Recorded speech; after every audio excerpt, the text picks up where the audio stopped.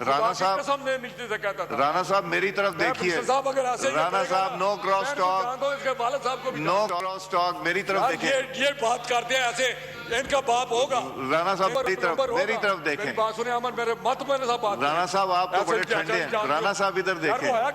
رانا صاحب ادھر دیکھیں. آپ اپنے لیڈر کی عزت کرائیں. رانا صاحب آپ کے لیڈر کو جانتا ہوں. اچھا آپ کا نہیں ہے. رانا صاحب بھتیجا ہے آپ کا.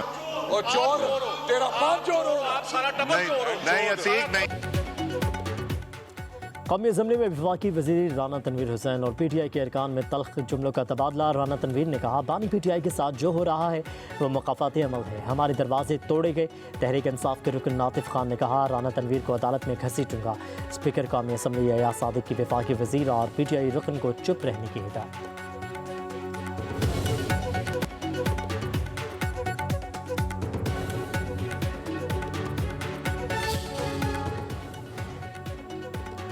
پنجاب کے مختلف حصوں میں موسم میں خوشگوار تبدیلی. بہاولپور, حافظ آباد, ڈیرہ غازی خان میں شدید آندھی اور پھر تیز ہواؤں کے ساتھ بارش.